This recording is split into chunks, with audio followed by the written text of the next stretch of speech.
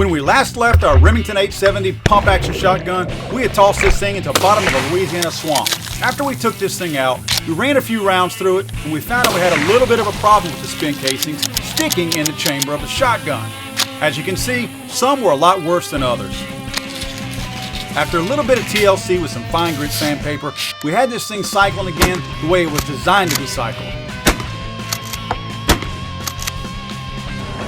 Which brings us to where we are now. Growing up in Louisiana, many of us grew up hunting our entire lives. And how many of us have never left a shotgun on the bed of a truck and driven off? Well, we did. Falling out of the back of a pickup truck on a shell road at about 25 miles an hour does not seem to be that big of a deal. Of course, you try it. The 870 seemed to handle this fine, but would it shoot? We loaded up 5 rounds of Remington shotgun shells into the 870. Why 5 rounds? I don't know, just because.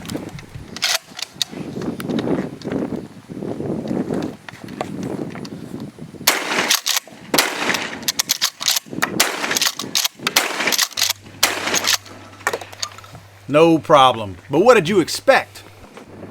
So with the help of Ford's Girly Man Gate, we decided to take this show on the road, the asphalt road, and at 50 miles an hour. Now I can honestly say I've never done that before with any of my guns.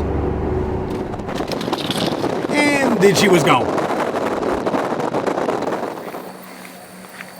Now from what we could tell, it looked like mostly cosmetic damage. Scratches, not even any dents, anything like that. Just mostly pretty harsh scratches on the right hand side of the gun. Now the front sight bead had been, let's just say, displaced. But that shouldn't affect aiming at all for anyone that's used to shooting a shotgun. 5 more rounds of Remington low brass dub load. Okay, that was something. Looked like the carrier probably didn't pick up a shell, which is usually the result of short stroking. Of course, I had the full support of the whole crew. I think you short stroked it. Did I? Short stroker. I usually don't have that problem. Story of his life. But look closely. The slide was cycled back as far as it could go. The carrier just never picked up another shell.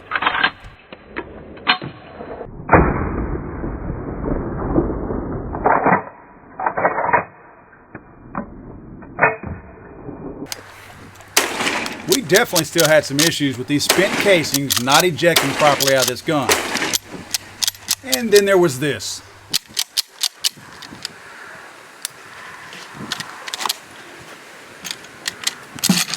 The extractor never removed the spent casing from the chamber, but the gun's carrier did bring a fresh new round up from the magazine tube.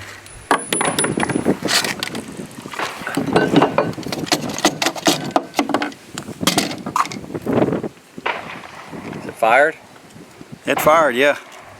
You can see that the spent casing was stuck in there so badly that the extractor actually ripped a portion of the lip of the brass off, trying to get the shell out. It's like it just snapped the corner of the brass off when the extractor grabbed it. I'll run it through again now and see what it does. Well, let's try it again.